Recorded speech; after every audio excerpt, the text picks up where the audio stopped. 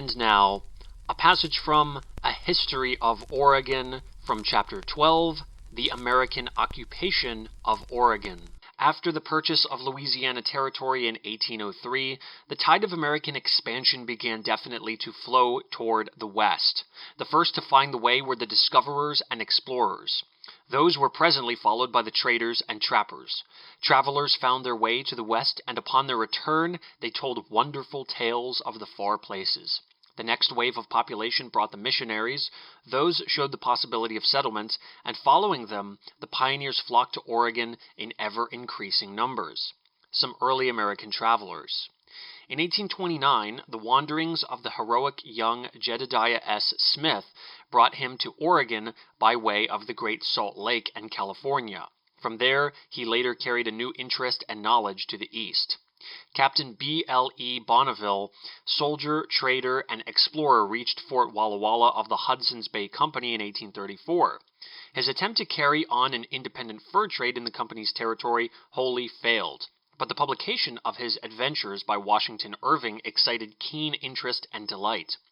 From 1832 to 1834, Nathaniel J. Wyeth made 2 attempts to trade along the Columbia River. With Wyeth's second expedition came Jason Lee to found the Methodist Mission. The next year saw the arrival in Oregon of Reverend Samuel Parker, a Presbyterian missionary whose published Tour, an account of his travels in the Oregon country, materially added to the nation's knowledge of the far west. During the next year, Parker was followed by Dr. Whitman and H. Spaulding. As early as 1815, Hall Jackson Kelly of Boston had been gathering information about Oregon that was published in many books and pamphlets, and so served to stir up much interest in the Oregon country. In October 1834, Kelly arrived at Fort Vancouver in company with Ewing Young. Early the next year, he explored the country, and after his return to Boston, he continued to write about Oregon until his death in 1868. He is one of the fathers of Oregon. President Andrew Jackson, desiring to know more about Oregon, sent Lieutenant W.A. Slocum on a visit to the region in 1836. Lieutenant Slocum's report gave the United States government much additional information that could be used officially. As a result of the missionary influence of Jason Lee, Thomas J. Farnham came out in 1839 with his famous Peoria Party. The members of that expedition carefully examined the country, and the resulting book which Farnham wrote, his Travels, contributed much to the rapid spread of the Oregon fever. Next year, 1840, the Lausanne reinforcement of the Methodist missions increased the American population in Oregon. Captain Charles Wilkes of the American Navy was in the region in 1841. His report included valuable descriptions of the Willamette Valley and its untouched resources. In that year, a party of 24 immigrants who had traveled overland arrived in Oregon and joined the growing colony in the Willamette Valley. Because of this ever-increasing interest in Oregon and the continuous immigration into the region, the government at Washington was content to let matters take their course, satisfied that the question of our title to the Oregon country would eventually solve itself. The immigration of 1842.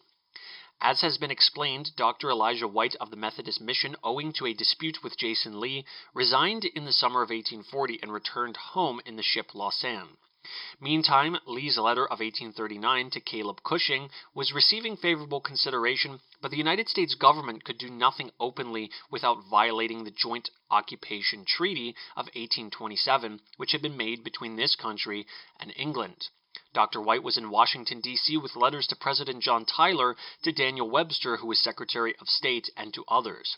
The government decided to send Dr. White to Oregon as sub-Indian agent, since that much could be done without offending the letter or spirit of the treaty with England. The president, having given the doctor his commission, ordered him to depart at once for Oregon. Dr. White gathers the company of 1842. Leaving his home in Lansing, New York, Dr. White started west, lecturing about Oregon on the way. He advertised in the newspapers for settlers to go with him. After reaching St. Louis, interest grew rapidly. Numbers of people from Jackson and Platte counties, Missouri, decided to join him.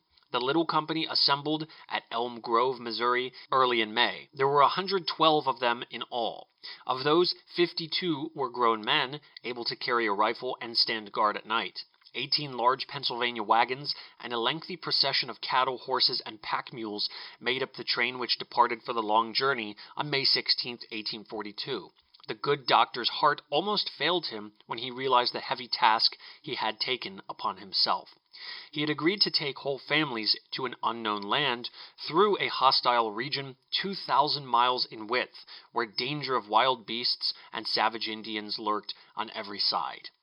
The Oregon Trail. In every age and country from the earliest times, men have moved about from place to place. In all the movements of history, there is scarcely one more famous or important than that in which thousands of Americans came overland to Oregon by the 2,000-mile-long Oregon Trail. The Oregon Trail started from Independence, Missouri, and led westward across the present state of Kansas, passing the present site of the city of Topeka. There it turned northwestward and followed several rivers, notably the Big Blue River, nearly to its source in the present state of Nebraska. Presently, the trail reached the Platte River at a place called Grand Island. Through the land of the Pawnee Indians, it stretched along over the prairies of western Nebraska, past Chimney Rock to Scotts Bluff in the Nebraska county of that name. There the trail entered Wyoming and proceeded to Fort Laramie. Westward in Wyoming, it crossed the counties of Laramie, Converse, Fremont, Sweetwater, and Uinta. In the then wild region, the wagon trains forded many streams, among them Horseshoe Creek, Big Timber Creek, Deer Creek, Smith's Fork, Sweetwater, Big Sandy, and Little Sandy.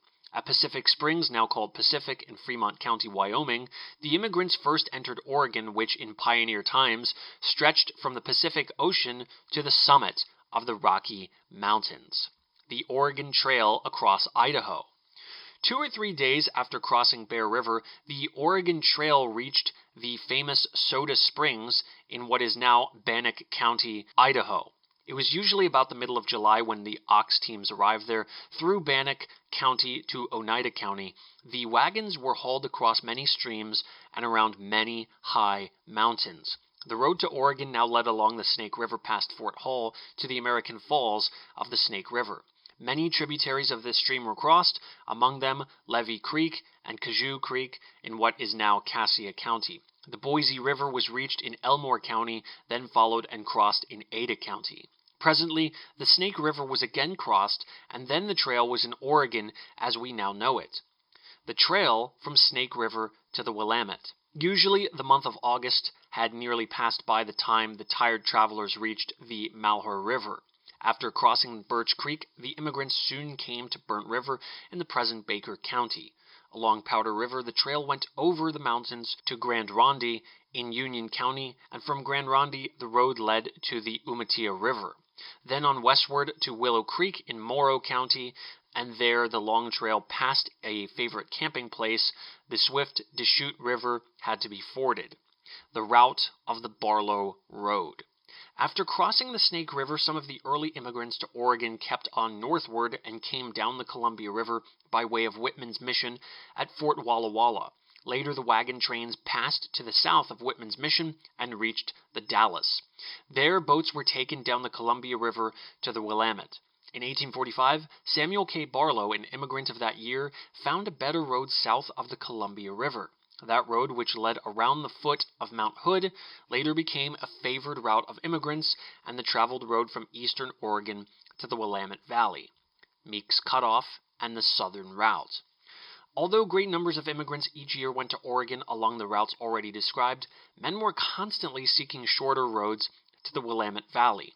When southern Oregon began to be settled, the long journey from Oregon City southward could be shortened by bringing the wagons directly across the country from the Malheur crossing of the Snake River.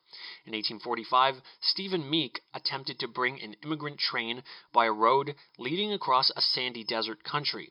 Unable to find the way or to secure wood and water, the party had to endure great hardships. Cattle starved to death, and continued hunger drove many settlers almost insane.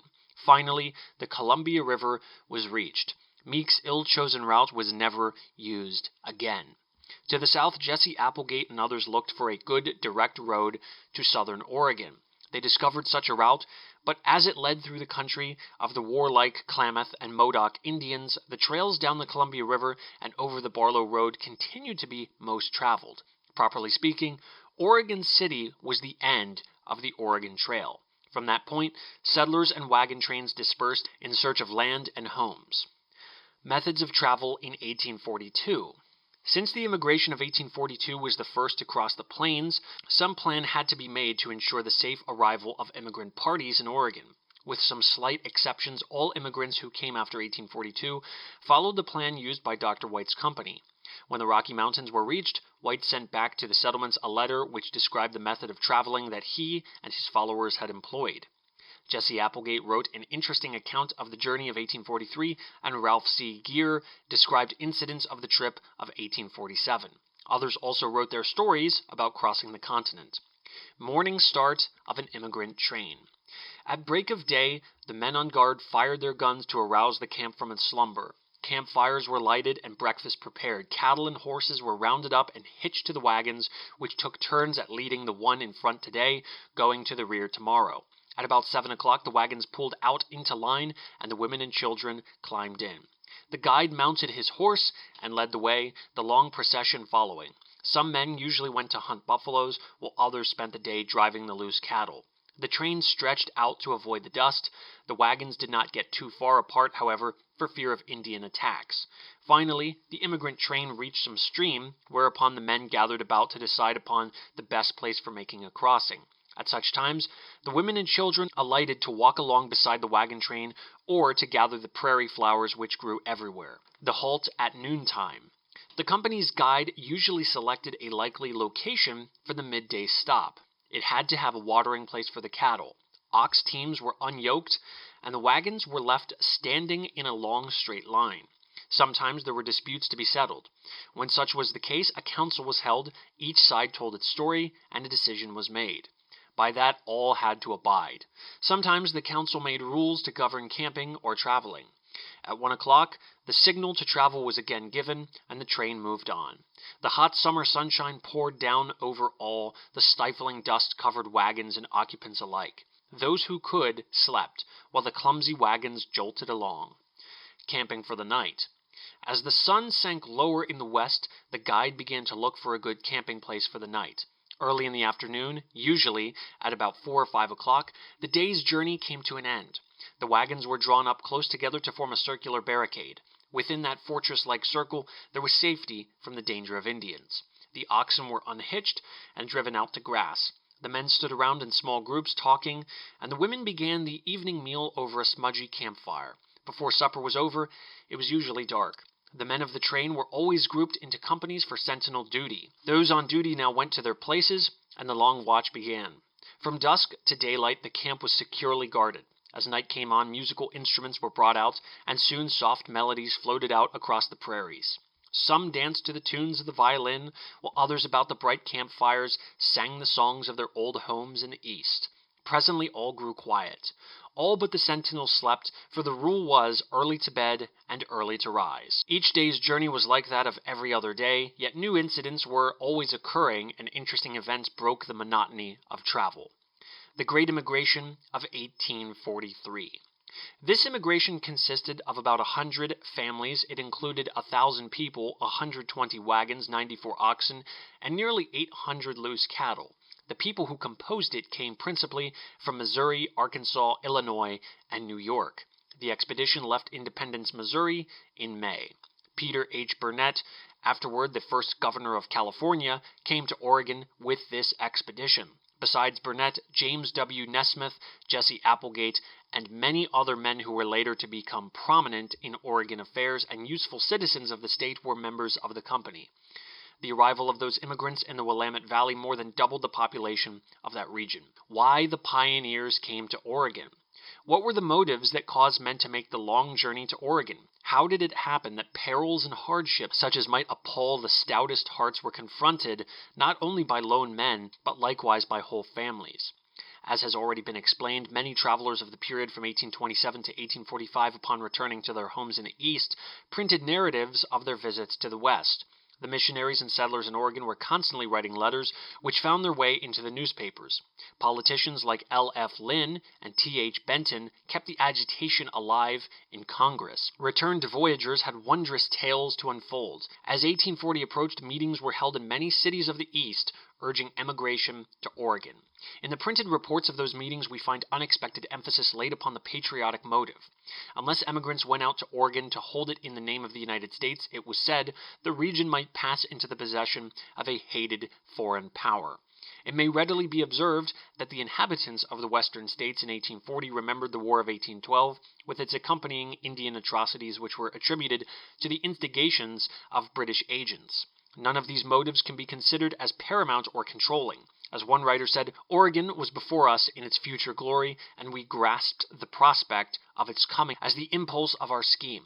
We needed no speeches, no reports to awaken us. Oregon invited us. Hard times and free land. Rather, it is to conditions in the Mississippi Valley from 1837 to 1840 and after to which we must look for an adequate explanation of the occupation of Oregon.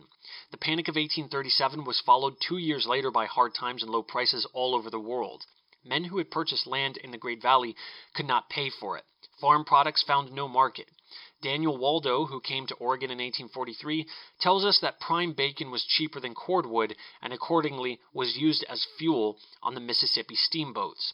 It was hard to get ahead in the world. Oregon, on the contrary, was depicted as a land where a few months' labor each year afforded a comfortable living to whomsoever was willing to put forth the little effort required. Moreover, it was expected that Congress would enact a law giving land to settlers. This law, so long advocated, was finally passed in 1850. Later immigration into Oregon. In 1844, about 1,500 settlers were added to those already in Oregon. The companies of 1845 amounted to some 3,000 persons. They doubled the white population of Oregon. Next year, the number fell to 1,700. The year 1847 saw 5,000 arrivals in Oregon, men filled with the idea of founding a state upon the shore of the Pacific Ocean. The discovery of gold in California in 1848 and the immigration of that and succeeding years drained much of the population of Oregon southward. Governor Lane's census, taken early in 1849, showed some 9,000 whites of all ages and sexes. By 1852, the men having returned from the California mines and the settlement having progressed under the immigration of 1850 to 1851, the population of Oregon had grown to 20,000, scattered over the farms of the Willamette Valley. If you enjoy the content of High Americana, please consider supporting the channel, donating to Patreon linked below. Thank you very much.